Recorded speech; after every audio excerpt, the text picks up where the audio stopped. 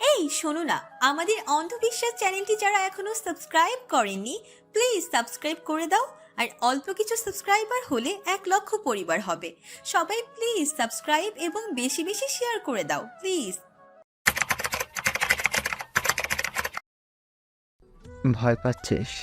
ভাবছিস কিভাবে জেনে গেল? তুমি আমার পুরো কথাটা শোনো। শুনেছিলাম তো, তুই বলেছিলি আমায় তুই কাউকে পছন্দ করিস, কিন্তু সেই যে আহান তা আমি জানতে পারলাম তোর মেসেঞ্জার চেক করে। সেদিন তোর ফোনটা আমার কাছে ছিল, একটা কল দেওয়ার জন্য তুই লক করে দিয়েছিলিস আমাকে। আমি সেই সুযোগ কাজে লাগিয়ে তোর মেসেঞ্জার চেক করে নিলাম। দেখলাম তোর সাথে আহানের কথোপকথন। তোর লাস্ট লেখাটা পড়লাম, আমার জন্য আপনার মনে কি কোনো অনুভূতি আছে ইন্সপেক্টর সাহেব? আহানের কোনো উত্তর নেই, এই জন্যই বোধ হয় তুই আপসেট। তুই আর উত্তর না পেয়ে আমার প্রপোজ অ্যাকসেপ্ট করেছিস। তোর কোনো দোষ নেই মিরু, তুই আমাকে সব জানিয়েছিস। মীরা কিছু বলার আগেই ওখানে মিরাজ চলে আসে ডক্টর নিয়ে। মিরাজের মুখটা মলিন হয়ে আছে, হয়তো সেও জেনে গেছে তুর্যের ব্যাপারে। মীরা চেয়ার থেকে উঠে যায়। ডাক্তার তুর্যকে ভালো করে দেখে, তবে কিছু না বলে বৃদ্ধা আঙ্গুল উপরে তুলে মলিন হেসে চলে যায়। মীরা বুঝলো না ডাক্তারের ভঙ্গি। তুর্য মীরাকে বলে, মিরু একটু বাহিরে যা, আমি তোর ভাইয়ের সাথে কথা বলবো। আমার সামনে বললে কি হয়? আমি তোকে যেতে বলেছি। মীরা কাঁদো কাঁদো মুখ নিয়ে চলে যায়। তুর্য তখন মিরাজকে বলে, আহানকে কল করে আসতে বল, আমি ওর সাথে কথা বলবো। আহানকে কি প্রয়োজন? তাছাড়া ও এখন ডিউটিতে। যখন ডিউটি শেষ হবে তখন আসতে বলিস, এখন ফোন দিয়ে জানা। মীরা জাহানকে কল দিল, বলল তুর্য তাকে আসতে বলেছে, সে যেন ডিউটি শেষ করে এখানে আসে। রাত 9টা। আহান এসেছে হাসপাতালে। তুর্যের কেবিনের সামনে দাঁড়িয়ে আছে। ভেতরে তুর্য ছাড়া কেউ নেই। বাইরে তুর্যের বাবা ও মা, মীরার বাবা মা বসে আছেন। আহান প্রথমে তাদের সাথে কুশল বিনিময় করলো, তারপর তুর্যর কেবিনে ঢুকলো। তুর্যকে তখন ওষুধ দেওয়া হচ্ছিল। আহানকে দেখে তুর্য দরজার দিকে তাকায়। নার্স ওষুধ খাইয়ে চলে যায়। আহান তুর্যর কাছে এসে বসে, জিজ্ঞেস করে, এখন কেমন আছেন তুর্য? বেশ ভালো। তুর্য জবাব দেয়। আহান বলে, মিরাজ বলল আপনি নাকি আমায় ডেকেছেন। হ্যাঁ, কিছু কথা আছে তোমার সাথে। কি? আমি আর মাত্র কয়েকদিনের অতিথি, আমি চলে যাওয়ার পর তোমায় একটা কাজ করতে হবে। আহান একটু ভ্রু কুচকে নিল। কয়েকদিনের অতিথি মানে কি বোঝালো তুর্য? কি কাজ করব? মিয়াকে তোমায় বিয়ে করতে হবে।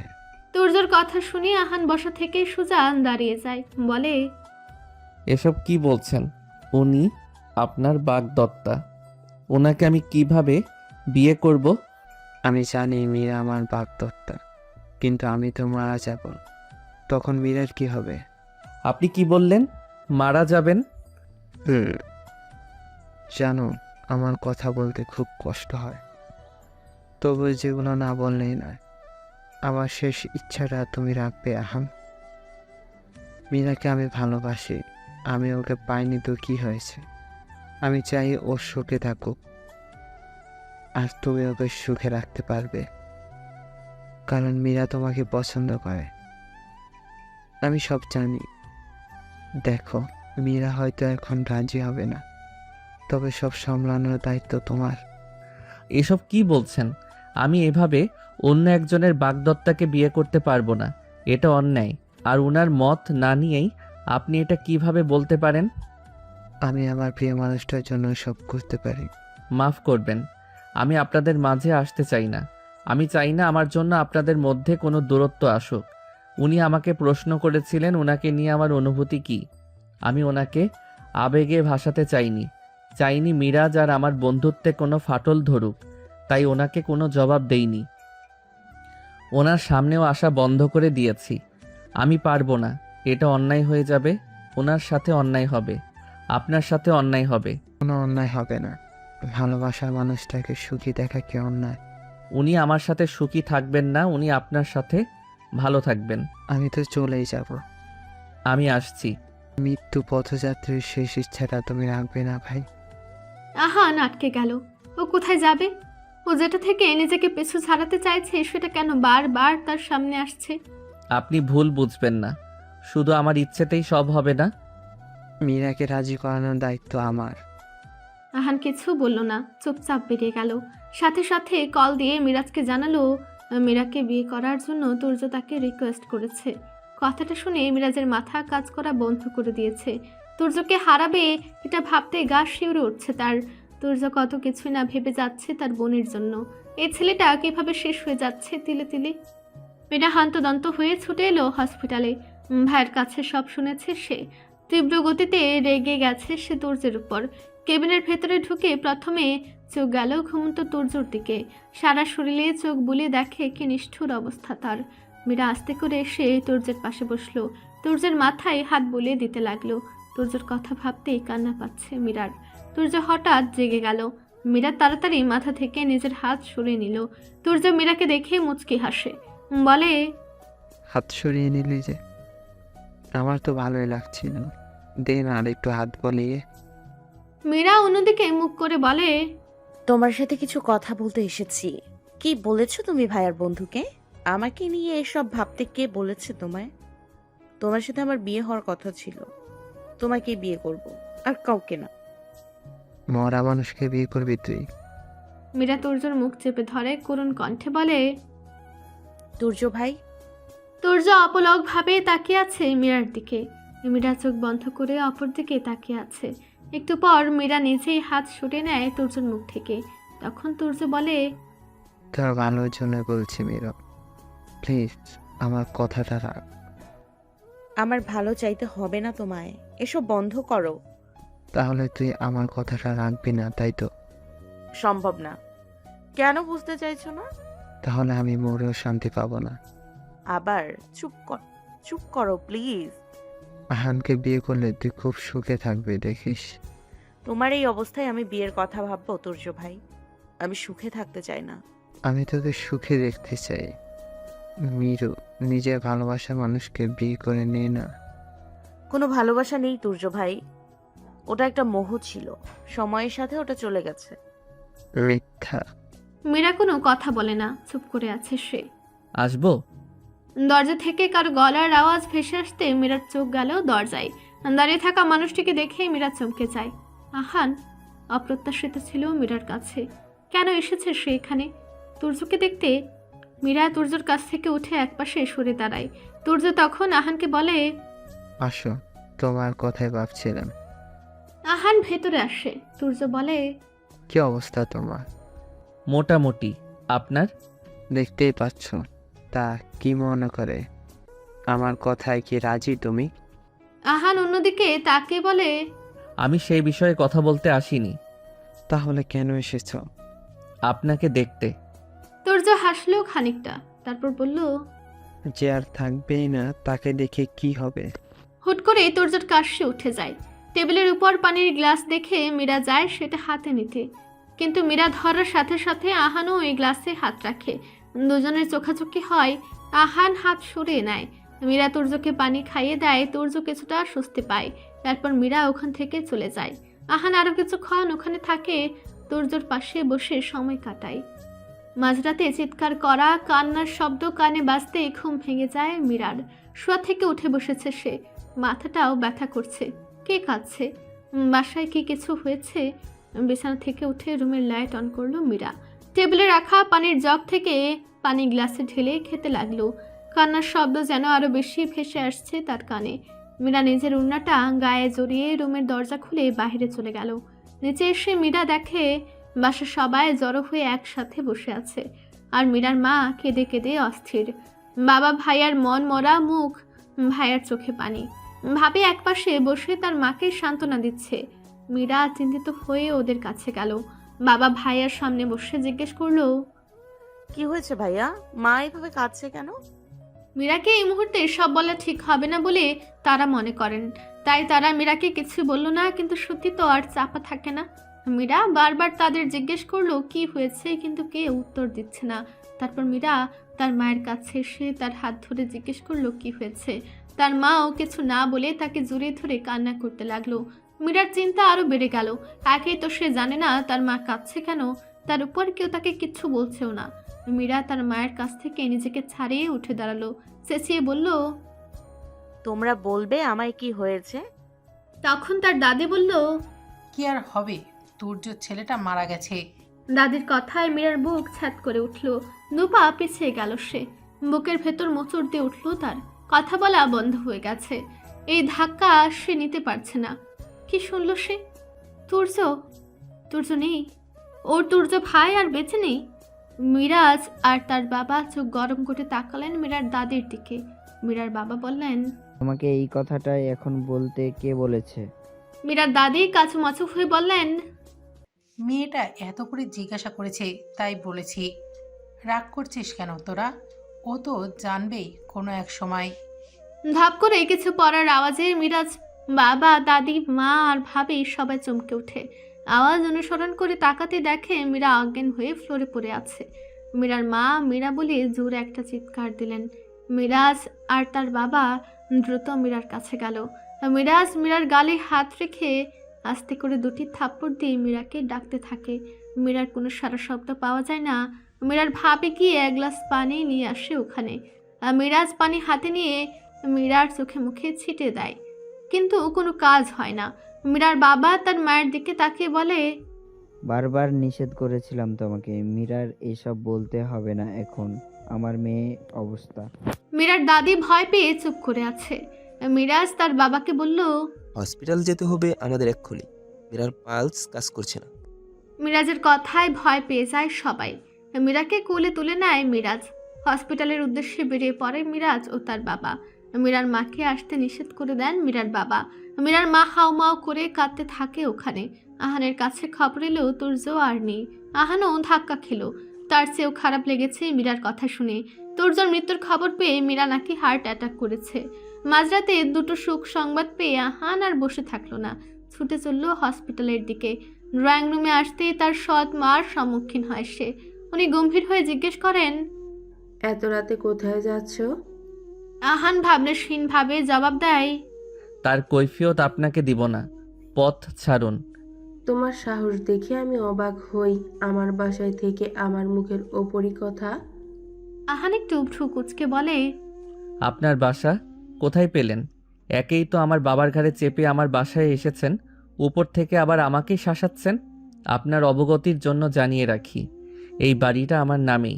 কে কাকে বের করবে সেটা আমি বুঝব, আপনি নন। পথ ছাড়ুন। আহান তার সৎ মাকে কথা বলতে না দিয়ে হন হন করে বেরিয়ে গেল। আহানের যাওয়ার পর তার সৎ মা বিড়বিড় করে বলল। থেকে এত কথা শিখেছে ছেলেটা? আমি এতদিন ওকে সরল ভেবে আসছিলাম, এখন দেখি আমিই ভুল। হসপিটালে চিকিৎসাধীন অবস্থায় আছে মীরা। ডাক্তার তার মুখে অক্সিজেন মাস্ক লাগিয়ে রেখেছে। শ্বাস চলছে, তবে জ্ঞান ফেরেনি। মিরাজ আর তার বাবা কেবিনের বাহিরে দাঁড়িয়ে আছেন। তারা খবর পেয়েছে তুর্যকে হসপিটাল থেকে বাড়ি নিয়ে যাওয়া হয়েছে অ্যাম্বুলেন্সে করে। এদিকে মীরার চিন্তায় সবাই অস্থির। তুর্যর বাবা মা মীরার কথা শুনে আরও দুর্বল হয়ে পড়লেন। মাঝরাতে কেউ আসা সম্ভব নয়, তাই যারা কাছাকাছি আছে শুধু তারাই তুর্যর বাসার সামনে এসে ভিড় করেছে। বাকি সবাই কাল সকালে আসবে। গ্রামের বাড়িতে খবর পাঠানো হয়েছে, তারাও ভেঙে পড়েছে। মাঝরাতে হওয়ায় তারা কেউই আসতে পারছেন না। কাল ভোরেই রওনা হবে সবাই। আহান সবে এলো হসপিটালে। আহানকে খবর মিরাজি দিয়েছে। আহান আসতেও মিরাজ আহানকে জড়িয়ে ধরে হাউমাউ করে কাঁদতে থাকে। আহান ব্যাকুদ্ধ হয়ে পড়ে। এতদিন সে মিরাজকে জড়িয়ে ধরে কেঁদে এসেছে, আর আজ মিরাজ তাকে জড়িয়ে ধরে কাঁদছে। এই যন্ত্রণা শুধু মিরাজের নয়, এই যন্ত্রণা আহানেরও। ভোরে আজানের ধ্বনি বাজছে চারদিকে। ঘুমন্ত মানুষরা জেগে উঠছে নামাজ পড়ার জন্য। রবকে ডাকতে হবে, তিনি ছাড়া আর কোনো সত্তা নেই। আজানের শব্দে আরও একজন জেগে ওঠে, আর সে হলো মীরা। হ্যাঁ, সদ্য তার জ্ঞান ফিরেছে। পিটপিট করে চোখ খুলে তাকায় সে। চারদিকে ভালো করে পরখ করে নিজের অবস্থান দেখে মনে কৌতূহল জাগে। কি হয়েছে তার? হঠাৎ মনে পড়ে যায় রাতের কথা। মুহূর্তে যেন মাথায় আকাশ ভেঙে পড়ে মীরার। শোয়া থেকে জোর করে উঠে বসে যায়। মাথায় ঘুরপাক খেতে থাকে এলোমেলো শব্দ। মুখের অক্সিজেন মাস্কটা এক ঝটকায় খুলে নিল সে। ঘন ঘন নিঃশ্বাস নিতে লাগলো, চিৎকার দিয়ে বলল। তুর্য ভাই! মীরার চিৎকারের আওয়াজ বাহিরে মিরাজ আর আহানের কানে গিয়ে পৌঁছায়। আহান কাল আর বাসায় জানি মিরাজের সাথে ছিল। মীরার চিৎকার শুনে আহান মিরাজ দুজনেই দরজা ঠেলে ভেতরে ঢোকে। মীরার কাছে গিয়ে দেখে সে অক্সিজেন মাস্কটা খুলে ফেলেছে, হাতের স্যালাইন নলটাও। মিরাজ দৌড়ে এসে মীরার পাশে বসে, বলে, এগুলি খুললি কেন? আমি তুর্য ভাইয়ের কাছে যাব ভাইয়া, আমায় নিয়ে চলো।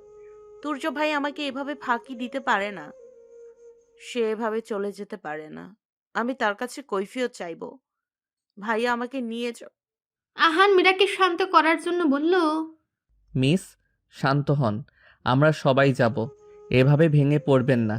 মিরাজ ছটফট করতে লাগলেও আহান মিরাজকে বলল, তুই থাক তাহলে, আমি এখন যাচ্ছি। থানা থেকে তুর্যদের বাসায় যাব, তুই ঠিকানা পাঠিয়ে দিস। আহান চলে গেল। মীরা বারবার বলতে লাগলো তার ভাইকে এসে তুর্যের কাছে যাবে। মিরাজ চুপ করে রইল। সেই অবস্থায় কি করে মীরাকে নিয়ে যাবে? যাওয়া কি ঠিক হবে? চিন্তায় পড়ে যায় মিরাজ। বাসায় মানুষের সমাগম। ভোর হতেই দূর দূরান্ত থেকে মানুষ আসতে শুরু করলো তুর্যদের বাসায়। তুর্যের মা তুর্যর লাশের পাশে বসে চিৎকার করে কাঁদছেন। কিছু মহিলা তাকে সান্ত্বনা দেওয়ার চেষ্টা করছেন। ইতিমধ্যেই তুর্যের দাদার বাড়ি থেকে সবাই এসে পৌঁছেছেন। সবাই কান্নাকাটি শুরু করে দিয়েছে। দিবার ইরাও কাঁদছে। বাড়িটা এখন কান্নার শব্দে ভেসে গেছে। চারদিকে আর্তনাদ। মীরারা এখনো এসে পৌঁছায়নি, তবে মীরার মা, বাবা, ভাবি ও দাদি এসেছেন। মীরাকে নিয়ে মিরাজ একটু পরেই আসবে। মীরা আসার জন্য অস্থির হয়ে উঠেছে, অথচ ডক্টর তাকে 3 দিনের বেড রেস্টে থাকতে বলেছেন। কোনো রকম চিন্তা, মানসিক চাপ নিতে বারণ করেছেন। সকাল 10টা বেজে 2 মিনিট। মীরাকে নিয়ে মিরাজ এসেছে তুর্যদের বাসায়। ইতিমধ্যেই কোরআন তেলাওয়াত শুরু করেছেন ইমামরা। মীরা তুর্যের লাশের পাশে চুপচাপ বসে আছে, এক ধ্যানে তাকিয়ে আছে তুর্যর মুখের দিকে। মীরার ভেতরে কি হচ্ছে একমাত্র সেই জানে। মীরা তুর্যের লাশকে বলল, কেন এমন করলে তুর্য ভাই? কেন চলে গেলে? কেন আমায় ধোকা দিলে তুমি? বলো, কেন চলে গেলে? দিবার ইরা এসে মীরাকে নিয়ে যাওয়ার চেষ্টা করে, কিন্তু মীরা কিছুতেই যেতে চায় না। ছাড় আমাকে, আমি এখানেই থাকবো। তুর্য ভাইয়ের সাথে আমার অনেক বোঝাপড়া আছে, তাকে জবাব দিতেই হবে সে কেন চলে গেল। তখন দিবা বলল, পাগলামি করিস না মীরা, এখানে সবাই আছে, তুই চল আমার সাথে। আমি যাব না বললাম না? এক প্রকার জোরেই বলল কথাটি মীরা। সবাই মীরার দিকে তাকিয়ে আছে, মীরার সেদিকে কোনো হেলদোল নেই। মীরা বলল, তুমি কি ভাবছো তুর্য ভাই, এভাবে চলে গিয়ে তুমি জিতে যাবে? কখনো না। আমি তোমায় জিততে দিব না। ওঠো, ওঠো বলছি, ওঠো। মীরার কথাগুলোর মাঝে ওখানে আহান এসে উপস্থিত হয়। আহান মীরার এই অবস্থা দেখে মিরাজের দিকে তাকালো। মিরাজ ইশারা দিয়ে বলল, কেউ ওকে থামাতে পারছে না। আহানের নিজেরও ধারণা নেই সে কি করবে। ঠিক 12টা বাজে তুর্যকে কবর দেওয়া হলো। কবরটা তুর্যদের বাসার পাশে। তুর্যের বাবা বাসার পাশে জায়গা রেখেছেন তাদের পারিবারিক কবরস্থানের জন্য। সেখানে তুর্যকে দাফন করা হলো। এখন ঠিক রাত 9টা। মীরা তুর্যের রুমে বসে আছে। দেবা ও ইরা ঠিক মীরার পাশ ঘেঁষেই বসেছে। মিরাজ মীরার জন্য হাতে করে খাবার নিয়ে আসে। মীরা চুপ করে বসে আছে, কোনো কথা বলছে না। মিরাজ মীরার পাশে বসে খাবারের প্লেটটি মীরার সামনে ধরে বলে, আয়, খেয়ে নিবি। মীরা ছোট করে জবাব দেয়, খাবো না ভাইয়া। তোর শরীর ভালো নেই, খেয়ে ওষুধ খেতে হবে, নাহলে শরীরের অবস্থা আরো খারাপ হবে। আয়, আমি তোকে খাইয়ে দিচ্ছি। খাবো না বললাম তো, আমার কিছু হবে না।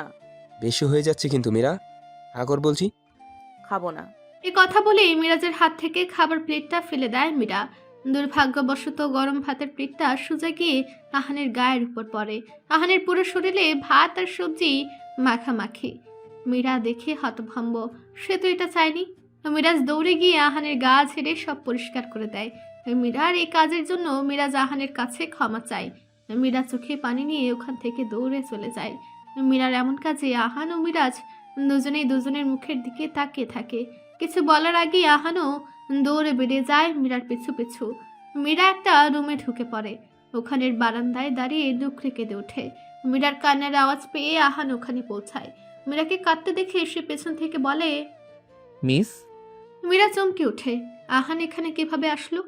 মীরা নিজের চোখের পানি মুছে নেয়, আহানের দিকে ফিরে তাকায় না, ওভাবেই থাকে। আহান বলে, যা হয়ে গেছে তার জন্য আমি বা আপনি কেউই দায়ী নই, কিন্তু এভাবে নিজের ক্ষতি আপনি কেন করছেন? আপনি দেখেছেন আপনার পরিবারের অবস্থা, তারা আপনাকে নিয়ে কতটা চিন্তা করে। আপনি খাননি বলে তারা কতটা ছটফট করছে জানেন? আপনি একটা ঘোরের মধ্যে আছেন, তাই আপনার পরিবারের মানুষগুলোর কষ্ট আপনি দেখছেন না। আপনি কি চান তারা কষ্ট পাক? আপনাকে নিয়ে তাদের কি পরিমাণ টেনশন আপনি জানেন? তবুও আপনি আপনার জেদ নিয়েই পড়ে আছেন। তাদের বিষয়ে ভাবুন, তাদের বিষয়েও ভাবুন। এই যে আপনার ভাই, আপনি জানেন সে কতটা ডেসপারেট আপনাকে নিয়ে। আপনি এগুলো দেখেন, ঘোর থেকে বের হন। আমরা কেউই চাইনি তুর্য এভাবে চলে যাক, কিন্তু নিয়তির কাছে হার মানতেই হলো। মীরা এতক্ষণ আহানের কথাগুলো মনোযোগ দিয়ে শুনছিল। মনে মনে আওড়াচ্ছে আহানের সব কথা। ও কি সত্যি তার পরিবারকে কষ্ট দিচ্ছে? মীরা অনেক ভাবলো সে তার পরিবারকে কষ্ট দিবে না। সোজা আহানের সামনে দিয়ে হেঁটে বাইরে চলে গেল মীরা। মিরাজ নতুন করে আরও 1 প্লেট খাবার নিয়ে আসে। বোনকে তো খাওয়াতে হবে। মীরা তার ভাইয়ের কাছে এলো, কিছু না বলে ভাইকে জড়িয়ে ধরলো। মিরাজ স্তব্ধ হয়ে গেল। একটু আগে জেদ দেখালো আর এখন তাকে জড়িয়ে ধরেছে। সরি ভাইয়া, আমি তোদের কষ্ট দিতে চাইনি। মিরাজ মীরার মাথায় হাত বুলিয়ে বলল, আরে কি হয়েছে, কাঁদিস না, দেখে আয়, আমি তোকে খাইয়ে দেই। মীরাকে নিয়ে মিরাজ সোফায় বসালো। মীরার মুখের সামনে খাবার ধরলো। তার ইচ্ছে নেই, তবু ভাইয়ের মুখের হাসির জন্য হাঁ করলো। মিরাজ মীরাকে খাইয়ে দিতে লাগলো। খাওয়া শেষ করে ওষুধ নিয়ে আসে মীরার জন্য। নিজের হাতে বোনকে ওষুধ খাইয়ে দেয়। মীরাকে নিয়ে মিরাজের অনেক চিন্তা। ভাই বোনের মাঝে তখন আহান চলে আসে। সে এসে মিরাজের পাশে বসে। মীরা আহানকে লক্ষ্য করেনি। মীরা তার ভাইকে বলে, আমি তোদের কষ্ট দিতে চাই না ভাইয়া, আমি চাই না আমার জন্য কেউ কষ্ট পাক। কিন্তু দেখ, দিন শেষে সবার কষ্টের কারণ আমিই হচ্ছি। তুর্য ভাইয়াকেও আমি কষ্ট দিয়েছি, সে হয়তো আমাকে কখনোই ক্ষমা করবে না। আমি এমন কেন ভাইয়া? কেন সবার ভালোবাসার মূল্য দিতে পারি না? মিরাজ শান্ত হয়ে জবাব দিল, তোর জন্য কেউ কষ্ট পাচ্ছে না। তোর অবস্থা দেখে সবার খারাপ লাগছে। নিজেকে এভাবে দোষারোপ করিস না। আর রইল তুর্যর কথা, যে তোর ভাগ্যে থাকবে তাকে তুই অবশ্যই তোর জীবনে পাবি। কিন্তু তুর্য তোর ভাগ্যে ছিল না, তাই তুর্যর সাথে তোর কোনো সম্পর্ক হয়নি। এখানে তুর্যকে কষ্ট দেওয়ার কি হলো? আমি যতদূর জানি তুই তুর্যকে সবটা জানিয়েছিস, তাই তোর কোনো দোষ নেই। আমি এখন কি করব ভাইয়া? তুর্যর জন্য দোয়া কর। আমরা কেউই তুর্যকে ভুলে থাকতে পারবো না, কারণ তুর্য আমাদের চোখের মণি ছিল আর তোর ভালো বন্ধু। মীরা এবার আহানকে লক্ষ্য করলো। আহানকে দেখেই সে উঠে গেল। ভাইকে বলল, আমি তুর্য ভাইয়ের রুমে যাচ্ছি ভাইয়া, রাতে ওখানেই ঘুমাবো। মিরাজ বাধা দিয়ে বলে, তুই আজ ওখানে ঘুমাবি না মীরা। মীরা ভ্রু কুচকে বলল, কেন? আমি বারণ করেছি তাই। তুই আজ তোর ভাবির সাথে ঘুমাবি। ওই রুমে আজ আমি আর আহান থাকবো। কিন্তু ভাইয়া, আমি ওখানে থাকতে চাই। আমি বারণ করেছি না? ধমকের সুরে বলল মিরাজ। মীরা আর কিছু বলল না, ওখান থেকে চলে গেল। মীরা যাওয়ার পর আহান মিরাজকে জিজ্ঞেস করলো, তুর্য রুমে থাকলে কি প্রবলেম? মিরাজ একটা দীর্ঘশ্বাস ছাড়লো, বলল, মীরা ওখানে থাকলে বারবার তুর্যর কথা মনে পড়বে। না ঘুমিয়ে তুর্যর ব্যবহার করা জিনিসগুলো ছুঁয়ে ছুঁয়ে দেখবে। হয়তো মীরাকে নিয়ে লেখা কোনো বিশেষ ডায়েরিও পেয়ে যাবে। তখন সেসব করে তুর্য কথা ভেবে খুব কাঁদবে। আমি আমার বোনের কান্না আর সহ্য করতে পারবো না, তাই ওকে বারণ করেছি। ও, তুই মীরাকে কিছু বলেছিস যার জন্য ও আমার কাছে এসে জড়িয়ে ধরলো আমায়? তেমন কিছুই বলিনি। যাই বলিস, তোর জন্য আজও খেয়েছি, নাহলে ওর জেদের কাছে হেরে যেতাম। বোন আমার খুব জেদি। ধন্যবাদ তোকে। আমি তাহলে যাই। কোথায় যাবি? বাসায়। তোর কানে কথা যায়নি আজ আমি আর তুই তুর্যর ঘরে থাকবো? ওনার ঘরে আবার আমি কেন? থামবি? দরকার আছে। কিন্তু বাসায়। একদিন বাসায় না গেলে কি হয়? তুই কি ডাকাতি করছিস? না, আসলে বাবা জানেন না। ছেলে বড় হয়েছে, তার ইচ্ছে অনিচ্ছে নেই, স্বাধীনতা নেই। আচ্ছা, থাকবো। এত কথা বলিস কেন? আয় তুই। আহান মিরাজের সাথে তুর্যের রুমে চলে গেল। 1 সপ্তাহ পেরিয়ে গেছে। মীরা কলেজে যাওয়ার জন্য রেডি হচ্ছে। অনেকদিন হলো কলেজে যাওয়া হয়নি তার। পরীক্ষার নোটিশ দিয়েছে, ফ্রেন্ডের কাছ থেকে নোটসও নিতে হবে। কত কাজ বাকি, এই ভেবে সে আজ কলেজে যাচ্ছে। মিরাজ মীরার রুমে এসে দেখে মীরা রেডি হচ্ছে। মিরাজ জিজ্ঞেস করে, কলেজ যাচ্ছিস? মীরা তার ভাইয়ের দিকে তাকিয়ে বলে, হ্যাঁ। চল ওকে পৌঁছে দে। না ভাইয়া, আমি একাই যেতে পারবো। উফ, হাঁটিয়ে মারবো এক চল। বললাম না আমি পৌঁছে দিব? আমি কি ছোট বাচ্চা ভাইয়া? তা হবি কেন? তাহলে আমি কি কলেজ ছিলি না? আমি যখন বলেছি আমি নিয়ে যাব, তখন তুই আমার সাথেই যাবি। ভাইয়ের কড়া কথায় দমে গেল মীরা। মনে মনে ভাবছে কলেজে যাওয়ার আগে অন্য কোথাও যাওয়ার ইচ্ছে ছিল তার, কিন্তু তার ভাই যদি তার সাথে যায় তাহলে তো সে যেতেই পারবে না। মীরা কলেজ ব্যাগ নিয়ে বেরিয়ে পড়লো। রাজ তার বাইক দিয়ে মীরাকে পৌঁছে দেবে। মীরা বাইকে চেপে বসলো। অর্ধেক রাস্তা আসতেই মীরা বলল, ভাইয়া আমি তুর্য ভাইয়াদের বাসায় যাব এখন। ওখানে এখন কি? সোজা কলেজে যা। ভাইয়া প্লিজ, আমি একবার ওখান থেকে ঘুরে আসতে চাই। এখন যাওয়ার দরকার নেই। ভাইয়া আমার খুব অস্বস্তি লাগছে। সূর্য যখন ছিল তখন তো যেতেও চাইতি না, এখন কেন যেতে চাস? মীরা চুপ হয়ে গেল। এই এক সপ্তাহের মধ্যে 5 বার তুর্যদের বাসায় গিয়েছে মীরা। তুর্যর কবরের সামনে বসে নিজের মতো করে কথা বলেছে। তুর্যর কবর ছুঁয়ে দিয়েছে বারবার। তুর্যর ঘরে গিয়ে তার জিনিসপত্র ছুঁয়ে ছুঁয়ে দেখেছে। খুব কষ্ট হচ্ছিল মীরার। মিরাজ মীরাকে কলেজে নামিয়ে দিল। মীরা কিছু না বলে কলেজে চলে গেল। মিরাজও নিজের কাজে ব্যাংকে গেল। আহান তার বাবার সামনে বসে আছে। তার বাবা আজকে নিজের ব্যস্ততা রেখে ছেলের সাথে কথা বলার জন্য সময় নিয়েছেন, কিন্তু আহান তার ব্যস্ততা দেখাচ্ছে। সে চাচ্ছে তার বাবার সামনে থেকে চলে যেতে, কিন্তু পারছে না। একটা বাধা কাজ করছে। আহানের বাবা মোশাররফ হোসেন বললেন, তুমি এত ছটফট করছো কেন? আমি তোমার সামনে বসে আছি, দেখতে পারছো না? আহানের কোনো হেলদোল নেই। তার বাবা পুনরায় বলল, একটা বিশেষ কথা তোমাকে বলার ছিল। তোমার জন্য আমি মেয়ে দেখছি। আমি চাই তুমি তাকে বিয়ে করো। আহান উত্তেজিত হয়ে যায় মুহূর্তে। সমস্ত মুখে রাগের রক্তিম আভা। সে বলে, আমি এখন বিয়ে করতে চাই না। তোমার কি কোনো পছন্দ আছে? আহান থমথমে খেয়ে গেল। পছন্দ তো আছেই, কিন্তু সে কখনোই তার হবার নয়। তার কাছে সুযোগ আসলেও সে সুযোগ ফিরিয়ে দিয়েছে একমাত্র বন্ধুর কথা ভেবে, বন্ধুত্ব নষ্ট হওয়ার ভয়ে। মোশাররফ হোসেন বললেন, কি হলো, কোথায় হারালে? পছন্দ আছে? আমি থানায় যাচ্ছি। আমি কাউকে বিয়ে করব না, আমার কোনো ইচ্ছে নেই। গটগট করে বেরিয়ে পড়ল আহান, যেন পালালেই বাঁচে। তার বাবা একটা দীর্ঘশ্বাস ছাড়লেন। মা মারা যাওয়ার পর ছেলেটা কেমন যেন হয়ে গেছে। লুকিয়ে থেকে সব শুনলেন আহানের সৎমা। আহান চলে যাওয়ার পর উনি এসে মোশাররফ হোসেনের পাশে বসলেন। ভনিতা করে বললেন, কি বলছিলে ছেলেকে? মোশাররফ হোসেন জবাব দিলেন, বিয়ের কথা। তা কি বলবো তোমার ছেলে? মোশাররফ হোসেন মুহূর্তেই রেগে গেলেন। উনি ঝাঁঝালো কণ্ঠে বললেন, বারবার আমার ছেলে বলো কেন? ও কি তোমার কেউ না? তোমার অবহেলার কারণে আজ আমার ছেলেটা এই দশা হয়েছে। ছেলেটা ঠিক মতো আমার সাথে কথা বলে না, আমাকে বাবা ডাকে না। সব তোমার জন্য হয়েছে। ভুল করেছি তোমায় বিয়ে করে। ভেবেছিলাম ছেলেকে মায়ের অভাব দূর করতে পারবো, কিন্তু না, আমি ব্যর্থ। মোশাররফ হোসেন উঠে চলে গেলেন।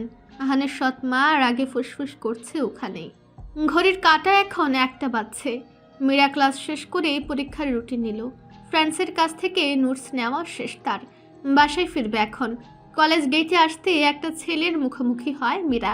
সেই ছেলেটা যে তাকে প্রপোজ করেছিল, কিন্তু আহানকে দেখে বয়ফ্রেন্ড বলে দাবি করায় সে আর মীরার পিছু নেয়নি। তবে আজ হঠাৎ এতদিন পর কেন? মীরার একটু ভয় হয়, কিন্তু যখন ছেলেটা অনুতপ্ত হয়ে কথা বলল তখন মীরার ভয় কেটে যায়। মীরা সরি, আমি জানতাম না তোমার ভালোবাসার মানুষ আছে। জানলে হয়তো কখনোই তোমার পিছু নিতাম না। আমার ব্যবহারে যদি তুমি বিরক্ত হও তাহলে আমায় ক্ষমা করো। ওকে ভাইয়া, আপনি আমার চেয়ে অনেক ভালো একজন মানুষকে ডিজার্ভ করেন। আমার কোনো রাগ নেই আপনার উপর। ভালো থাকবেন। মীরার এক মুহূর্ত দেরি না করে ওখান থেকে বেরিয়ে গেল। রাস্তায় একটা সিএনজি নিয়ে বাসার উদ্দেশ্যে রওনা হলো। 1 মাস পরেই তার সেমিস্টার ফাইনাল পরীক্ষা। ওকে এখন পড়ালেখায় ফোকাস করতে হবে। হাসপাতালের মোড়ে এসে থামে সিএনজি। ভাড়া মিটিয়ে একটা রিক্সা নেয় মীরা। এই রোদে হেঁটে বাসায় যাওয়া সম্ভব নয় তার। রিক্সা নিয়ে বাসার কাছাকাছি আসতেই হঠাৎ চোখ যায় রাস্তার ধারে একটা বাইকের দিকে। আসলে বাইক বললে ভুল হবে, বাইকের সাথে থাকা মানুষটার দিকে। মীরা রিক্সা থামালো। রিক্সা ভাড়া দিয়ে সে বাইকটার কাছে চলে গেল। আপনি এখানে কি করছেন? মেলি কণ্ঠস্বরে চমকে ওঠে আহান। উপরে চোখ তুলে তাকাতেই মীরাকে চোখে পড়ে তার। মীরা দেখে ঘেমে একেবারে চুপচুপে অবস্থা আহানের। গায়ে পুলিশের পোশাকটা লিপটে আছে, কপাল বেয়ে ঘাম ঝরঝর করে পড়ছে। মীরার প্রশ্নে সে উঠে দাঁড়িয়ে বলে, বাসায় যাচ্ছিলাম, হঠাৎ বাইকটা খারাপ হয়ে গেল, ঠিক করার চেষ্টায় আছি। এ বলে আবারও বাইকের কাজ করতে লাগলো আহান। মীরা বলল, উঠুন, আপনি মেকানিক নন। বাইকটা আপাতত বাসার সামনে রাখুন। আমাদের বাসায় খেয়ে তারপর আপনার বাসায় যাবেন। আহান তৎক্ষণাৎ উত্তর দেয়। না না, আমি আমার বাসায় যাচ্ছি, পরে এক সময় যাব। মীরা রেগে গিয়ে বলে, আপনাদের সবার সমস্যাটা কি? কেন আমাদের বাসায় যেতে চান না আপনারা? আমার দাদির জন্য? ওই মহিলা সেকালের মানুষ, কি বলতে কি বলে তার ঠিক নেই, তাই বলে আপনি বাসায় যাওয়া বন্ধ করে দিবেন? জানেন ভাইয়া কতটা আপসেট এ বিষয়ে? আপনি চলুন আমার সাথে, ভাইয়া খুশি হবে। কিন্তু এখন তো আপনার ভাইয়া নেই। আমার মা আছেন, উনি খুশি হবেন। আর কিছু? যাবেন এবার? আহান আর কিছু বলল না। মীরার এখন খুব রাগ, কিছু বলা ঠিক হবে না। তাই আহান বাইক নিয়ে ঠেলে ঠুলে আস্তে আস্তে মীরার সাথে তাদের বাসায় যেতে লাগলো। বাসায় এসে মীরা তার মাকে ডাক দিল। মীরার মা দৌড়ে এলেন। মীরার পেছনে আহানকে দেখে উনি খুব খুশি হলেন। ছেলেটা সে কবে তাদের বাসায় এসেছে, এতদিন পর তাকে দেখে সত্যি মীরার মায়ের ভালো লাগছে। মীরা ফ্রেশ হতে চলে গেল তার রুমে। যাওয়ার আগে স্নিগ্ধাকে বলল আহানকে যেন তার ভাইয়ের শার্ট প্যান্ট দেয়, ফ্রেশ হয়ে এগুলোই পরবে। ফ্রেশ হয়ে এসে দুজনে খাবার টেবিলে বসলো। মীরার মা ও ভাবি তাদের খাবার সার্ভ করে দিচ্ছেন। মীরার মা আহানকে উদ্দেশ্য করে বললেন, তুমি আজ এসেছো, আমি খুব খুশি হয়েছি জানো। আজ কোনো কিছুতেই ঝাল নেই, খাও বাবা। আহান বলে, আপনারা না ঝাল খান? হ্যাঁ খেতাম, এখন কমিয়ে দিয়েছি।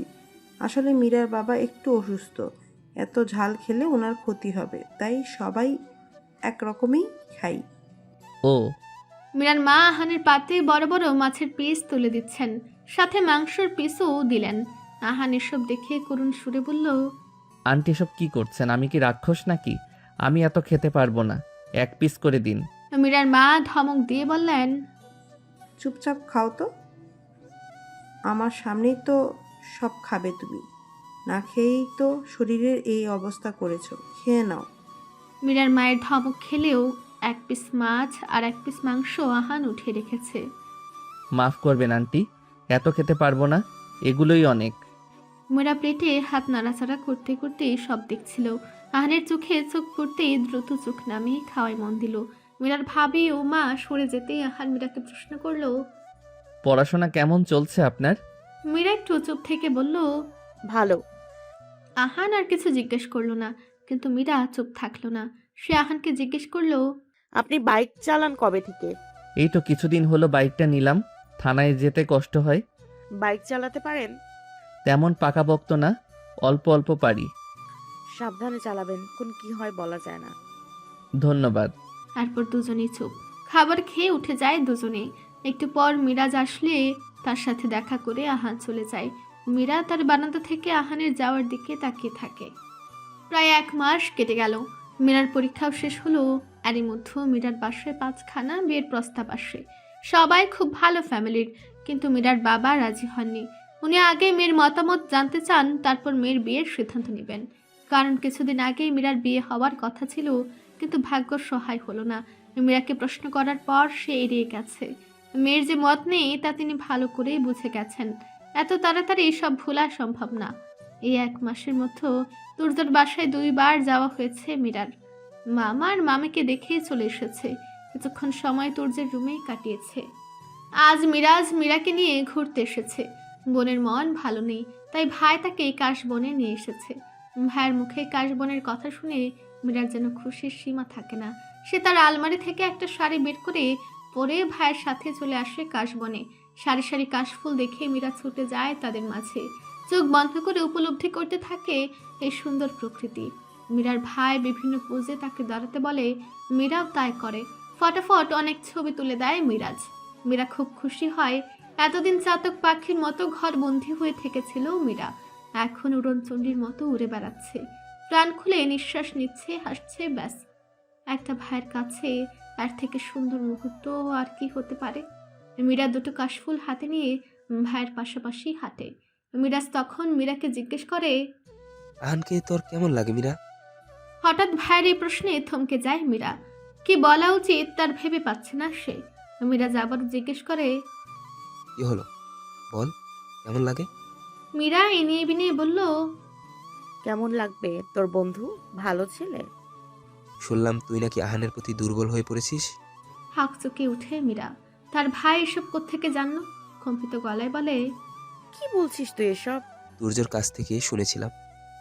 মীরা তাড়া দিয়ে বলে, আমি বাসায় যাব ভাইয়া, এত তাড়াতাড়ি? ভালো লাগছে না।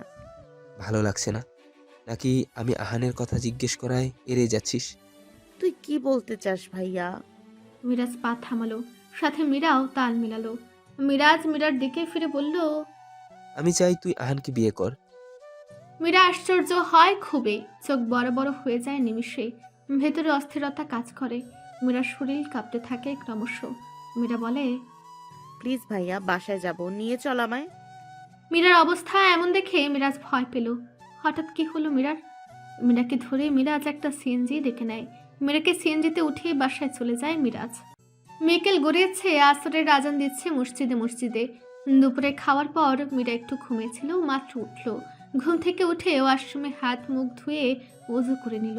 নামাজ আদায় করে নিচে ড্রয়িং রুমে চলে গেল। মাথাটা কেমন যেন ধরে আছে তার। সোফায় বসে মাকে বলল রং চা বানিয়ে দিতে। তার মা স্নিগ্ধাকে বললেন মীরাকে যেন রং চা বানিয়ে দেয়। তিনি নামাজ পড়তে গেলেন। স্নিগ্ধা চা বানালো। 2 কাপ চা নিয়ে মীরার কাছে এলো। মীরাকে 1 কাপ দিয়ে অন্য কাপ চা নিয়ে মীরার পাশে বসলো।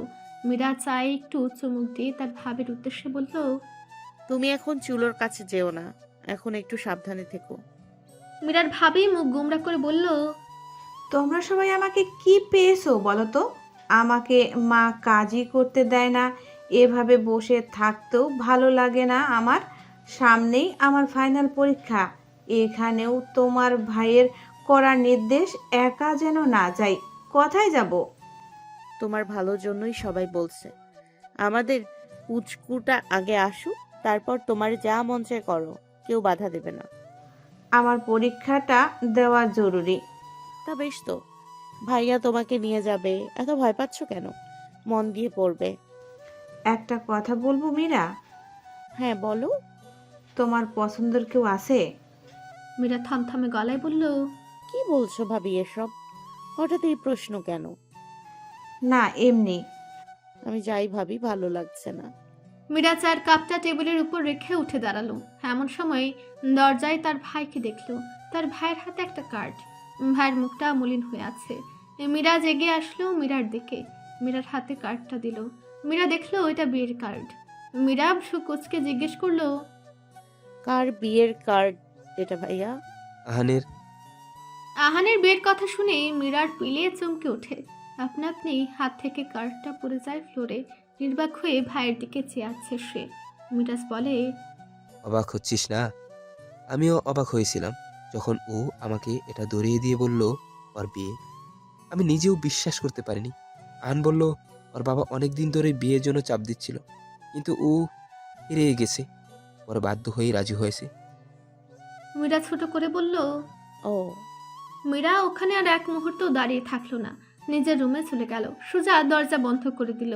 স্নিগ্ধা মিরাজকে উদ্দেশ্য করে বলল, কি হয়েছে বলো তো? জানি না, হোক যা হওয়ার। আমি আর এসবের মাঝে নেই। এই বলে মিরাজও চলে গেল ওখান থেকে। রাতের দিকে সবাই যখন খাবার টেবিলে, তখন মীরার বাবা বলেন মীরার জন্য আরও একটা প্রস্তাব এসেছে। মীরার বাবা কিছু বলার আগে মীরা বলে, তাদের হ্যাঁ বলে দাও বাবা, আমার কোনো আপত্তি নেই। মীরা উঠে চলে গেল ওখান থেকে। সবাই অবাক হয়ে একে অপরের মুখের দিকে তাকিয়ে আছে। মীরার বাবা বলেন, মীরার কি কিছু হয়েছে মিরাজ? তোমার মেয়ের মাথার ঠিক নেই, বাদ দাও এসব। কি হয়েছে সেটা তো বলবি। এখন এসব বলে লাভ নেই, অনেক কিছু ঘটে গেছে। মীরার সাথে কথা বলে সব ঠিকঠাক কর। কি জন্য মেয়েটার মন খারাপ দেখ। মীরা তার রুমে বসে আছে। মিরাজ গিয়ে মীরার পাশে বসলো, বলল, হঠাৎ বিয়ের জন্য এত উঠে পড়ে লেগেছিস কেন? চোখের কাটা হয়ে গেছে সবার, দূরে গেলেই শান্তি। এসব কি কথা মীরা? তুই আবার কার চোখের কাটা হয়ে গেলি? কারো না। আহানের বিয়ের কথা শুনে মন খারাপ? সে আমার কে হয় যে তার বিয়ে বলে আমার মন খারাপ হবে? আমি জানি তুই আহানকে পছন্দ করিস। তাতে কি ভাইয়া? স্বীকার করছিস? তাহলে আহানকে তুই পছন্দ করছিস? পছন্দ শুধু একতরফা হলে হয় না, বিপরীত মানুষটারও সম্মতি প্রয়োজন। আহানের সাথে কথা বলবো? আমি আর অশান্তি চাই না ভাইয়া, যা হচ্ছে হোক। কিন্তু আমি আমার বোনকে এভাবে কষ্ট পেতে দেখতে পারবো না। তুর্য ভাইও কষ্ট পেয়েছে। আমি নিজের সাথে লড়াই করতে করতে হাঁপিয়ে গেছি ভাইয়া। মিরাজ রেগে আহানকে কল দিল। মীরা কাঁদছে। মিরাজ ধমকে সুরে আহানকে বলল, আমার বোনকে কষ্ট দিয়ে তুই খুব সুখেই আছিস, তাই না? মানে মিরাজ কি হয়েছে? আমার বোন যে তোকে পছন্দ করে তা তুই জানিস? আহান চুপ করে রইল। মিরাজ আরো জোরে ধমক দিয়ে বলল, বলবি তুই? হ্যাঁ জানি। তুই পছন্দ করিস না আমার বোনকে? জানি না। কথা ঘুরাবি না আহান। হ্যাঁ করি। তাহলে কেন বলিসনি আমায়? হ্যাঁ, কেন অন্যজনকে বিয়ে করছিস? কিভাবে তোকে বলতাম বল? যদি বলি তোর বোনকে আমি পছন্দ করি আর তুই যদি রেগে যাস, আমাদের বন্ধুত্ব যদি শেষ হয়ে যায়, সেই ভয়ে বলিনি। তাছাড়া তুর্য ভাই মীরাকে ভালোবাসে। আমি কিভাবে তাদের মাঝে দেওয়াল হয়ে দাঁড়াই বল? প্রকাশ তো করতে পারতিস অন্তত, তাহলে আমার বোনটা এত কষ্ট পেত না। তোর বিয়ের কথা শুনে না খাওয়ায় ভুলে গেছি, কেঁদে যাচ্ছে মেয়েটা। আমিও দেখি তুই আমার বোনকে কাঁদিয়ে কিভাবে বিয়ে করিস। মিরাজ টুক করে কলটা কেটে দিল। মীরা কেঁদে কেঁদে বলল, কেন বললি ভাইয়া এসব? কেন অশান্তি বাড়াচ্ছিস? প্লিজ থাম। আমি আর পারছি না। তুর্য ভাই কেন চলে গেল বলতো? তাহলে আর একদিন দেখতে হতো না। বেশ করেছিস যা করেছিস। এবার দেখ তুই কিভাবে ছুটতে ছুটতে আসে। আহানের বাসা থেকে মিরাজদের বাসার ব্যবধান মাত্র 5 মিনিট। আহান যেন দৌড়ের উপর দিয়ে এলো। মিরাজের বাসায় ঢুকতেই মুখোমুখি হয় মীরার মায়ের সাথে। মীরার মা হেসে আহানের সাথে কথা বলেন। আহান জিজ্ঞেস করে মিরাজ কোথায়। মীরার মা মীরার রুম দেখে বলল উপরে আছে। আহান দেরি না করে ছুটে গেল সেখানে। দরজায় নক করলো, দরজা খুলে দিল মিরাজ। আহানকে দেখে বলল, কেন এসেছিস? সব তো শেষ করে দিয়েছিস, তাহলে এখন এলি কেন? মিরাজের কথায় পাত্তা না দিয়ে আহান ভেতরে ঢুকে গেল। আহান দেখলো মীরা নিঃশব্দে কাঁদছে। মিরাজ দরজা বন্ধ করে আবারও জিজ্ঞেস করলো, আমি তোকে বলছি কেন এলি তুই? আহান এবারও জবাব দিল না। হাঁটু গেড়ে মীরার সামনে বসে পড়ল। অপরাধী কণ্ঠে বলল, আই এম সরি মিস, আমি জানতাম না আপনি আমায় এতটা পছন্দ করেন। আমিও আপনাকে পছন্দ করি, কিন্তু বলতে পারিনি কারণ মিরাজের সাথে বন্ধুত্ব নষ্ট হওয়ার ভয়ে। আমার সুখ দুঃখ ভাগ করার মতো ওই একজনই তো আছে। তার সাথেই যদি আমার সম্পর্ক ছিন্ন হয়ে যায়, তাহলে আমি কিভাবে থাকবো বলুন? ক্ষমা করবেন আমায়। আমি আপনাকে অনেক কষ্ট দিয়ে ফেলেছি। দিনের পর দিন আপনাকে ইগনোর করেছি, কখনো আপনার মনের অবস্থা বুঝিনি। কিন্তু কি করব বলুন? আমার কিছু করার ছিল না, কিন্তু আমি এখন সব শুধরে নিব। কিভাবে শুধরাবি তুই? মিরাজের কথায় পেছন ফিরল আহান। বলল, বিয়েটা ভেঙে দিব।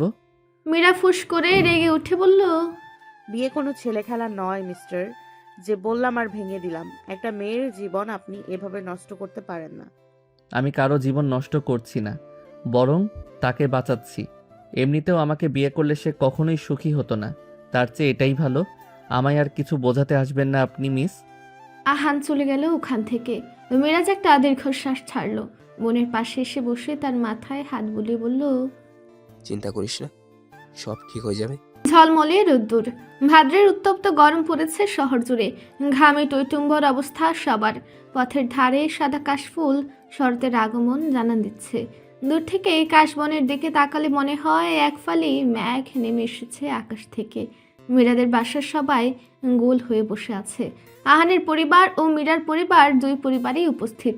আহানের গালে 5 আঙ্গুলের দাগ বসে লাল হয়ে আছে। আহান তার বাবাকে যখন বলে সে বিয়ে করতে পারবে না, তার পছন্দ আছে, তখন তার বাবা রেগে তাকে থাপ্পড় মারেন। তবু আহান একই কথা বলেই গেছে। আহানের বাবা ক্ষমা চাইলেন পাত্রীপক্ষের কাছে। তখন আহান তার বাবাকে মীরার সম্পর্কে বলে। তার বাবা রাগ করলেও আহান বলে, বোঝার পর থেকেই প্রথম তোমার কাছে কিছু চাচ্ছি, তাও তুমি দিবে না বাবা? আহানের মুখে বাবা ডাক শুনে আহানের বাবা গলে যান। উনি ছেলেকে কাছে টেনে কথা দেন যে উনি আহানের আবদারটা রাখবেন। একা একা গেলে খারাপ দেখা যায়, তাই উনি নিজের স্ত্রীকে নিয়ে এসেছেন। মীরার পরিবারের সাথে কথা বলছেন ওনারা। মীরাজ সাথে সাথে আছে। ওনারা বিয়ের প্রস্তাব দিলে মীরার বাবা মেয়ের দিকে তাকান। মীরা নিচু হয়ে আছে। মিরাজকে ইশারা দিলে মিরাজ বলে, হ্যাঁ করে দাও, ও কিছু বলবে না। মীরার বাবা তাও কিছুক্ষণ ভাবলেন। আহানদের জন্য খাবার রান্না করা হলো। সবাই খেয়ে দিয়ে কিছুক্ষণ বসলো। তখন মীরার বাবা সম্মতি জানান। আহান ও মিরাজ খুব খুশি হয়, সেই সাথে মীরার পরিবারের সবাইও। আহানের বাবা খুশি হলেও আহানের সৎ মা মুখ বাঁকান। উনি ইচ্ছে করে এখানে আসেননি, আহানের বাবা জোর করে নিয়ে এসেছেন। আহানও তাকে এখানে সহ্য করতে পারছে না। ওনারা ঠিক করেন অল্প আয়োজনে বিয়ে হবে। বিয়ে আগামী শুক্রবারই হবে, হাতে মাত্র 4 দিন আছে। আর এর মধ্যেও এত আয়োজন কিভাবে করবেন ভেবে পাচ্ছেন না মীরার বাবা। তখন মিরাজ বলে সব দায়িত্ব সে নিবে। আহানেরা আর কিছুক্ষণ থেকেই চলে যান। পরিবারের সবাই মীরাকে নিয়ে চিন্তায় আছে। অনেক ঝড় গেছে মেয়েটার উপর দিয়ে, এখন শুভ কিছু হলেই মঙ্গল। বিয়ের তোড়জোড় শুরু হয়ে গেছে। বোনের জন্য জানপ্রাণ খাটিয়ে কাজ করছে মিরাজ। দৌড়াদৌড়ি ছুটাছুটির মধ্যেই আছে। বিয়ের শপিং প্রায় শেষ। দেখতে দেখতে 4 দিনও পেরিয়ে গেছে। আজ সেই মোহনীয় সন্ধ্যা। মীরাদের বাসাটা সুন্দর করে সাজানো হলো। লাল নীল মরিচ বাতি দিয়ে বাহিরের অংশ সাজানো, আর ফুল দিয়ে সাজালো বাসার ভেতরটা। গ্রাম থেকে মীরার মামা মামি নানি ও কাজিন সহ এসেছে। তুর্জার বাবা মাকেও বলা হয়েছে, তবে ওনারা আসেননি। পার্লার থেকে 2জন মহিলা এসে মীরাকে সাজাচ্ছে। মীরার 2 হাত ভর্তি মেহেদি, আর মধ্যখানে রয়েছে আহানের নাম। তুর্জার মা বাবা আসেননি বলে খুব মন খারাপ মীরার। তারা কি মীরার উপর রেগে আছেন? এদিকে এখনও বরপক্ষ আসেনি। বরপক্ষরা আসবেন মাত্র 7 জন। এভাবে কথা হয়েছিল তাদের। আহানের বাবা বউ ভাত পরে খুব ধুমধামে করবেন। এখন শুধু বিয়ে পরে এই পুত্রবধূকে ঘরে নিয়ে যেতে চান। লাল রঙা লেহেঙ্গা জড়ানো আছে মীরার গায়ে, ভারী গহনায় সাজানো হয়েছে তাকে। পার্লারের লোকেরাও এতক্ষণে তাকে সাজিয়ে দিয়েছেন।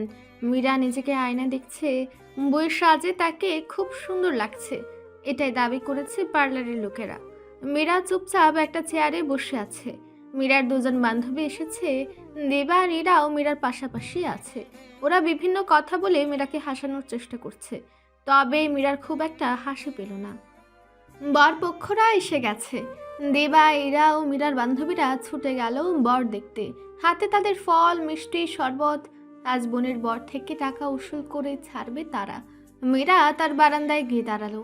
নিচে কর্ণপাত করতে আহানকে দেখতে পেল। তাদের বাসার সামনে একটা গেট সাজানো হয়েছে, ওখানে দাঁড়িয়ে আছে সবাই। ফিতা টাঙ্গানো আছে বিধায় ঢুকতে পারছে না। দিবারা এগিয়ে গেল সেদিকে, শরবত এগিয়ে দিল। আহানের 2জন কাজিন বেশ দুষ্টুমি করছিল দেবাদের সাথে। এরা একটা প্লেটে কাগজের কিছু টুকরো দিল। ওরা সেগুলো উঠাতেই দেখে টাকার অঙ্ক লেখা। ঢুক গেলে একে অপরের দিকে তাকালো তারা। শুরু হলো টাকা নিয়ে যুদ্ধ। মীরা ওদের কাণ্ড দেখে উপর থেকে হাসতে লাগলো। হাসার শব্দ পৌঁছালো আহানের কানে। সে উপরে তাকিয়ে মীরাকে বধূ সাজে দেখলো। চোখাচোখি হয়ে গেল 2জনের। আহানকে দেখে মীরা চলে গেল রুমের ভেতরে। অবশেষে 20,000 টাকা ক্যাশ দিয়ে আহানরা ঢুকলো মীরাদের বাসায়। খাওয়া দাওয়ার পাট চুকলো। এখন বিয়ে পড়ানো হবে। মীরার মাথার উপর একটা লাল পাতলা ওড়না দিয়ে মুখ ঢেকে দিল দিবা। এরা এক হাত ও দিবা অন্য হাত ধরে মীরাকে উপর থেকে নিচে নামিয়ে আনলো। মুখোমুখি বসানো হলো আহান ও মীরাকে। মাঝখানে টাঙানো হলো সাদা পর্দা। কাজে বিয়ে পড়ানো শুরু করেছেন। সবাই উৎসাহ নিয়ে বিয়ে দেখছে। অবশেষে বিবাহ কার্য সম্পূর্ণ হলো। পর্দা উঠিয়ে দিল মাঝখান থেকে। মীরাকে নিয়ে বসানো হলো আহানের পাশে। একটা আয়না নিয়ে এসে আহানের সামনে ধরা হলো। মীরার এক বান্ধবী বলল, কি দেখেন দুলা ভাই? আহান লজ্জা পেল, কেমন যেন অস্বস্তি হচ্ছে তার। আয়নায় কি দেখলো তাতে কি আসে যায়? পাশের মানুষটাকে সারা জীবন চোখের সামনে দেখবে, এটাই তো বড় প্রাপ্তি।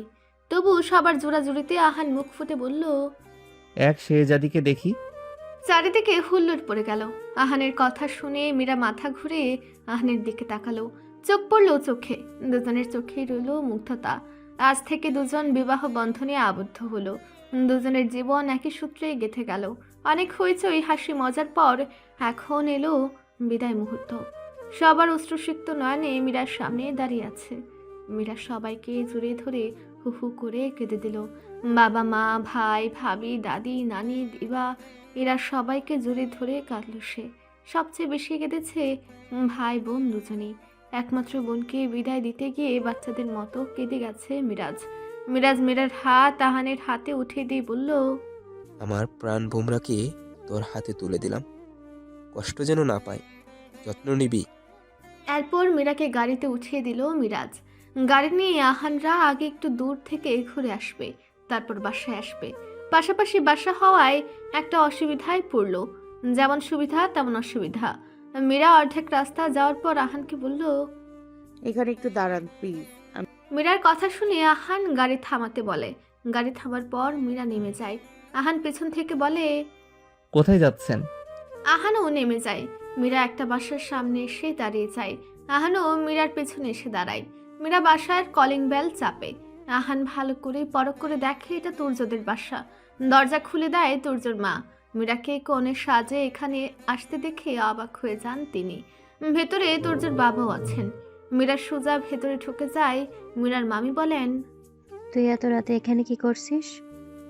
বিয়ের কোণে এত রাতে এখানে সেখানে ঘুরলে ক্ষতি হয়, তুই বাসায় যা মা।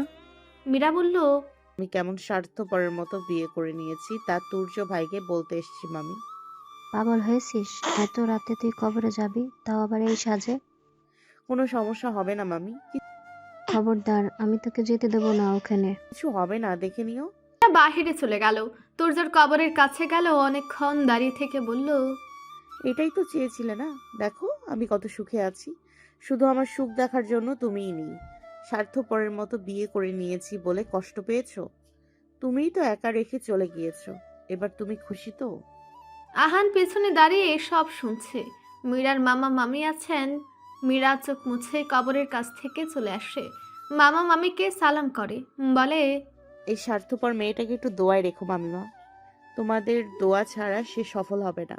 তুর্যর মা বললেন, স্বার্থপর কেন বলছিস মা? তুই সুখে থাক, এটাই তো আমরা চাই। তুর্যের কথা বেশি মনে পড়বে বলে তোর বিয়েতে উপস্থিত হতে পারিনি। আমাদের ক্ষমা করিস মা। ছি, তোমরা কেন ক্ষমা চাইছো? ক্ষমা তো আমার চাওয়া উচিত। তুর্যর বাবা মীরার মাথায় হাত রেখে বলেন, সুখী হও মা। আহান তুর্যর মা বাবাকে সালাম করে, তারপর মীরাকে নিয়ে চলে যায়। আহানদের বাসার সামনে এসে থামে গাড়ি। মীরাকে নিয়ে আহান ভেতরে ঢুকে। আহানের সৎ মা মিষ্টি আর শরবত নিয়ে দরজায় দাঁড়িয়ে থাকেন। প্রথমে আহানকে খাওয়ান, তারপর মীরাকে। আহানের সহ্য না হলেও চুপ করে বাবার মুখের দিকে তাকিয়ে সহ্য করে নেয়। মীরাকে নিয়ে আহান তার রুমে চলে যায়। আহানের রুমটা সাজানো হয়েছে জমজমাট করে। চারিদিকে গোলাপ আর বেলের সুবাস ছড়াচ্ছে। আহান মীরাকে বলে, আপনি এই ভারী লেহেঙ্গা আর গহনাগুলো ছেড়ে ফ্রেশ হয়ে নিন। কতক্ষণ আর এগুলো গায়ে রাখবেন? সুতি শাড়ি থাকলে পরে নিন। আমি আসছি, আপনার জন্য খাবার নিয়ে আসি। আহান চলে গেল। মীরা গহনাগুলো খুলে শাড়ি নিয়ে ওয়াশরুমে চলে গেল। ঘুমের মধ্যেও মীরার মনে হচ্ছে তার গালে নরম তুলতুলে পশম জাতীয় কিছুর ছোঁয়া লেগেছে। মীরা পিটপিট করে চোখ খুলে দেখে একটা সাদা বিড়াল তার খুব কাছে বসে তার গালে পা দিয়ে রেখেছে। মীরা বিড়াল দেখে এক চিৎকারে বিছানা থেকে লাফ দিয়ে উঠল। গুটিসুটি মেরে বিছানার এক কোণে বসে থরথর করে কাঁপতে শুরু করলো। এদিকে মীরার চিৎকার শুনে দ্রুত আহান মীরার কাছে আসে। সে দেখে মীরা ভয়ে এক কোণে কাঁপছে। এই সিচুয়েশনে আহানের বোধগম্য হচ্ছে না যে সে কি করবে, হাসবে না মীরাকে বোঝাবে। আহান গিয়ে বিছানার একপাশে বসলো। মীরা আহানকে বলল, সরান প্লিজ, ওটাকে সরান, আমাকে কামড় দেবে। আহান বাঁকা হেসে বলে, ও আপনাকে কিছুই করবে না মিস। মীরা করুণ চোখে আহানের দিকে তাকিয়ে রইল। আহান এক হাত বাড়ালো বিড়ালটার দিকে। সঙ্গে সঙ্গে বিড়ালটা আহানের কাছে এসে সোজা কোলে বসে পড়ল। আহান তার গায়ে হাত বোলাতে থাকলো। এই দৃশ্য দেখার পর মীরা অবাক হলো প্রায়। মীরা বলল, আপনাকে কামড় দিবে না? আহান বলল, ও আমার পোষা বিড়াল, ও নাম পিয়াওমি। মীরা চোখ শুরু করে নিল, অস্পষ্ট সুরে বলল, পিয়াওমি? আহান বলল, হ্যাঁ, ও আপনাকে কিছুই করবে না, বরং আপনার সঙ্গী হবে, আপনার সাথে থাকবে। ছুঁয়ে দেখবেন? মীরা ঢুক গিলে নিল, সে ভয় পাচ্ছে। আহান বলল, একটু ধরুন, কিচ্ছু করবে না। মীরা কাপা কাপা হাতে বিড়ালটাকে ছুঁল। বিড়ালটা তাকে কিছুই করলো না, অনেক শান্ত হয়ে রইল। আহান তখন বিড়ালটাকে বলল, পিয়াওমি, এটা তোমার নতুন ফ্রেন্ড, হ্যান্ডশেক করো। সাথে সাথে বিড়ালটা তার একটা পা বাড়িয়ে দিল মীরার দিকে। মীরার ঠোঁটের কোণে হাসির রেখা ফুটে উঠল। সেও হাত বাড়িয়ে হ্যান্ডশেক করলো। আহানকে বলল, এত কিউট কেন এই বিড়ালটা? মীরা হাসছে, বিড়ালটাকে ছুঁয়ে দিচ্ছে ক্ষণে ক্ষণে। মীরার হাসির দিকে আহান এক দৃষ্টিতে তাকিয়ে আছে, মনে মনে বলছে, আপনার ঠোঁটের কোণে এভাবে হাসি রেখা ফুটুক মিস, আপনাকে হাসিতেই মানায়। আহান পিয়ামিকে রেখে ওখান থেকে চলে গেল। মীরা পিয়ামির সাথে খেলছে বেশ। কিছুক্ষণ পর আহান আসলো ব্রেকফাস্ট নিয়ে। মীরার পাশে বসে বলল, ব্রাশ করে হাত মুখ ধুয়ে আসুন, ব্রেকফাস্ট নিয়ে আসছি। মীরা পিয়ামিকে ছেড়ে দিয়ে আহানকে বলল, কাল রাতে খাবার দিয়ে কোথায় চলে গিয়েছিলেন? আপনাকে আর দেখিনি। থানায় হঠাৎ কোথায়? তাও আবার এত রাতে? ছিল কিছু কাজ, বাদ দিন। যান, ব্রেকফাস্ট করবেন, ফ্রেশ হয়ে নিন। মীরা উঠে ফ্রেশ হয়ে নিল। আহান সুন্দর করে খাবার সার্ভ করে দিল মীরাকে। মীরা খেতে খেতে বলল, আপনি খাননি? খেয়েছি। আচ্ছা। আপনাকে আর নিচে যেতে হবে না। খেতে ইচ্ছে করলে আমার রুমে কিচেন আছে, ওখানে রান্না করে কিছু বানিয়ে খাবেন। আর যদি রান্না করতে না পারেন তাহলে আমাকে বলবেন, আমি রান্না করে দিব। মীরা ভ্রু উপরে তুলে নিল। অবাক হলো বেশ। জিজ্ঞেস করলো, নিচে যেতে নিষেধ কেন? আমি চাই না আপনি ওই মহিলার সামনে যান। উনি আপনার মা হন। আমার মা একজনই, আর সে মারা গেছে। তাহলে এগুলো কোথা থেকে নিয়ে এসছেন? বাবার করা নির্দেশ, নিজ থেকে যেন আপনার জন্য খাবার নিয়ে আসি, তাছাড়া কিচেনে যাওয়া হয়নি।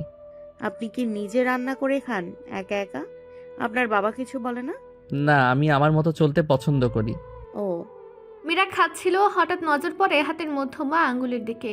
তোরজোর দেওয়া ডায়মন্ডের রিংটা কি সুন্দর ঝলমল করছে তার হাতে। মীরা রিংটাকে ধরে চোখ বুঝলো, মনে মনে বলল, তোমার দেয়া এই স্মৃতিটা আমি আজন্ম আমার কাছে রাখবো তুর্য ভাই, কখনো হাত থেকে খুলবো না। তুমি তো আমার সাথেই আছো। মীরার ধ্যান ভাঙে আহানের ডাকে। আহান মীরার সামনে একটা বাক্স রাখে। মীরা ভ্রু কুচকে জিজ্ঞেস করে, এটা কিসের বাক্স? এখানে আমার মায়ের গহনা আছে। আহান বাক্সটা খুলে তার মধ্য থেকে একটা স্বর্ণের আংটি নিয়ে মীরার হাতের অনামিকা আঙ্গুলে পরিয়ে দিল। মীরা অপ্রস্তুত ছিল, কিন্তু কিছুই বলতে পারল না। এগুলো আজ থেকে আপনার। আপনি রেখে দিন। এত গহনা দিয়ে আমি কি করব? আমি এত গর্জিয়াস গহনা পরি না। আচ্ছা, তবে আপনি কিন্তু এগুলো একবার হলেও পরবেন। ঠিক আছে, আমি চেষ্টা করব। তাদের কথার মাঝে একটা ছেলে দৌড়ে এসে আহানকে জড়িয়ে ধরে। মীরা চমকে উঠে। ছেলেটি আহানকে বলে, আই মিস ইউ ভাই, সরি বিয়েতে আসতে পারিনি। ছাড় আমাকে, তোর ভাবি আছে। ছেলেটি আহানকে ছেড়ে মীরার দিকে তাকায়। দুজন দুজনকে দেখে বিস্মিত হয়ে বলে, তুমি? আহান দুজনের মুখের দিকে তাকিয়ে বোঝার চেষ্টা করে কি হয়েছে। দুজনেই রেগে আছে। আহান ভ্রু কুচকে জিজ্ঞেস করে, কি হয়েছে? ছেলেটা বলে, এই মেয়ে এখানে কি করছে ভাইয়া? ও তোর ভাবি। তখন মীরা বলে, এই ছেলেটা কে আহান? আমার ভাই। ওই ঝগড়ুটে ছেলেটা আপনার ভাই? হ্যাঁ, মুখ সামলে কথা বলো। তুমি ঝগড়ুটে, আমি না। আহান বিরক্ত হয়ে বলে, কি হয়েছে বলবি? তখন মীরা বলে, আমি তখন নতুন নতুন কলেজে উঠি। হঠাৎ একদিন ওর সাথে আমার ধাক্কা লাগে। নিজেই বেপরোয়ার মতো হেঁটে যাচ্ছে। তার উপর পুরো দোষটা আমার ঘাড়ে দিল। ওই সময় প্রচুর ঝগড়া হয়েছিল। তারপর থেকে যখনই আমাদের দেখা হতো ঝগড়া হতো। একে অপরের নাজেহাল অবস্থা করতাম। কি সাংঘাতিক। এই শোন, আজ থেকে ঝগড়া বন্ধ, দুজন মিলেমিশে থাকবো। আমি যেন কোনো কিছু না শুনি। আয়ান, হ্যান্ডশেক কর ভাবির সাথে, সরি বল ভাবিকে। আমি সরি বলবো? হ্যাঁ, তুই বলবি। আয়ান দাঁত কিরমিরিয়ে মীরার দিকে তাকাচ্ছে। মীরা ডোন্ট কেয়ার ভাব নিয়ে বসে আছে। আয়ান হাত বাড়ালো হ্যান্ডশেক করার জন্য। মীরা হ্যান্ডশেক করে জোরে আয়ানের হাত চেপে দিল। আয়ান আহ শব্দ করে উঠল। আহান জিজ্ঞেস করলো, কি হলো আবার? কিচ্ছু না। আয়ান চলে গেল। মীরা মনে মনে হাসছে। এবার দেবরকে খুব জ্বালাতন করা যাবে। মীরা আহানকে জিজ্ঞেস করে, বিয়েতে ওকে দেখিনি কেন? ও ট্যুরে গিয়েছিল, বিয়েটা হুট করে হওয়ায় ও আসতে পারিনি। আপনাদের দুজনের সম্পর্কটা কেমন? আমি কোনোদিন ওকে সৎ ভাই ভাবিনি। ওর মাকে সহ্য করতে না পারলে ওকে আমি ঠিকই নিজের ভাই বলে মেনে এসেছি, নিজের ভাইয়ের মতো আগলে রেখেছি। সুন্দর। দুপুরের দিকে মীরা নামাজ পড়ে বসেছিল। ভালো লাগছে না বিধায় রুমের চারিদিকে চোখ বুলাচ্ছে।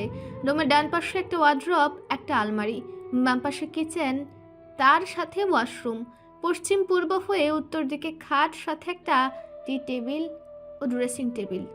দক্ষিণ দিকে দরজা, একটা পড়ার টেবিল ও একটা সোফা। বেশ ভালোই লাগলো মীরার। রুমটা বিশাল। খিদে পেট ঝুলে যাচ্ছে মীরার। আহান এখনো থানা থেকে আসেনি। মীরা রান্নাঘরের দিকে গেল, গিয়ে দেখে খাবার আছে কিনা। রান্নাঘরের একটা ফ্রিজ রয়েছে, একটা ছোট হাঁড়ি পাতিল রাখার আলমারি রয়েছে, একটা গ্যাসের চুলা, তার সাথে একটা বেসিন, প্রয়োজনীয় সব জিনিসপত্র রাখা রান্নাঘর জুড়ে। আলমারি খুলে মীরা দেখলো একটা ভাতের পাতিল, একটা কড়াই ও একটা তরকারির পাতিল। মীরা একটা প্লেট নিয়ে ভাত, সবজি ও মাছ ভাজি নিল। বিছানায় এসে তৃপ্তি ভরে খেলো। অসাধারণ রান্না হয়েছে। রান্নাটা কি আহান করেছে জিজ্ঞেস করবে সে, আগে খাওয়া শেষ করুক। খাওয়া শেষে একটা তৃপ্তির ঢেকুর তুলে মীরা রান্নাঘরে গিয়ে বেসিনে প্লেট ধুয়ে ওটা জায়গায় রেখে রুমে চলে আসে মীরা। লাগেজ থেকে জামা কাপড়গুলো এখনো গুছিয়ে রাখা হয়নি। মীরা ভাবলো এই সুযোগে গুছিয়ে রাখা যাক। মীরা আলমারি খুললো, আলমারিতে তেমন কোনো জামা কাপড় নেই। মীরা লাগেজ থেকে সব বের করে আস্তে আস্তে সব গুছিয়ে রাখছে। গোছানো শেষ হলে লাগেজটাও সে আলমারির নিচের ড্রয়ারে রেখে দেয়। এসব করতে খাম বের হয়ে যায় মীরার। প্রসাধনী সব ড্রেসিং টেবিলের উপরে গুছিয়ে রাখে। ব্যাস, তার কাজ শেষ। অতঃপর মীরার চোখ পড়ে ট্রি টেবিলের উপর। সেখানে আহানের ছবির পরিবর্তে তোরজোর ছবি দেখে বিস্মিত হলো মীরা। ছবির ফ্রেমের নিচে চাপা দেওয়া একটা কাগজের টুকরো দেখলো মীরা। সেখানে তুলে হাত খুলে পড়ল। নিয়মিত ভালোবাসার গল্প শুনতে এবং পড়তে আমাদের অন্ধবিশ্বাস চ্যানেলটি সাবস্ক্রাইব করে পাশে থাকা বেল আইকনটি ক্লিক করুন। ধন্যবাদ সবাইকে।